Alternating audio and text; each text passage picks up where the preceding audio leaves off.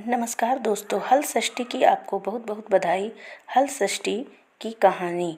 हल षष्ठी मुख्य रूप से उत्तर भारत में मनाया जाने वाला व्रत है।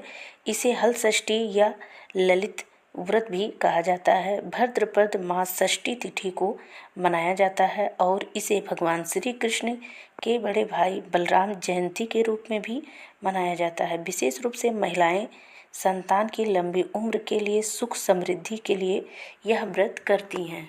कहा जाता है कि जब तक कथा न सुनो हल षष्ठी का, तब तक व्रत पूरा नहीं माना जाता है। तो आइए कहानी सुनाते हैं।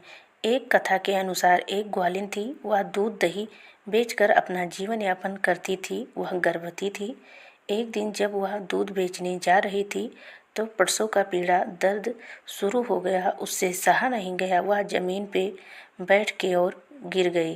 तभी उसके पुत्र का जन्म हुआ, लेकिन दूध खराब होने की चिंता होने लगी। इसीलिए अपने पुत्र को पेड़ के नीचे सुलाकर वह गांव में दूध बेचने चली गई थी। उस दिन हल षष्ठी व्रत था।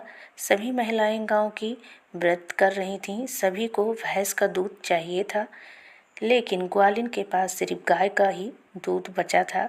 उसने झूठ बोलकर सभी भैंस का दूध बताकर पूरा गाय का दूध बेच दिया। इससे हल षष्ठी माता क्रोधित हुई और उनके पुत्र का प्राण हर ली। और ग्वालिन जब वापस आई तो ग्वालिन उस पेड़ के नीचे अपने बच्चे को मरा पड़ा देखी। उसने अपने बच्चे को बहुत ही उठाया, लेकिन वह उठा नहीं। तब ग्वालिन को अपनी करनी पर बहुत ही पछताना पड़ा और उसने गांव में जाकर सभी के सामने अपने गुनाह को स्वीकार किया। सभी से पैर पकड़कर क्षमा मांगी। उसने इस तरह से विलाप रोया कि देखकर सब गांव वाले माफ कर दिए, जिससे हल षष्ठ माता भी बहुत प्रसन्न हुई। उनके पुत्र को जीवित कर दी और ग्वालिन भी हल षष्ठी का व्रत की, जिससे माता प्रसन्न होकर ग्वालिन के पुत्र को लंबी उम्र का वरदान दिया।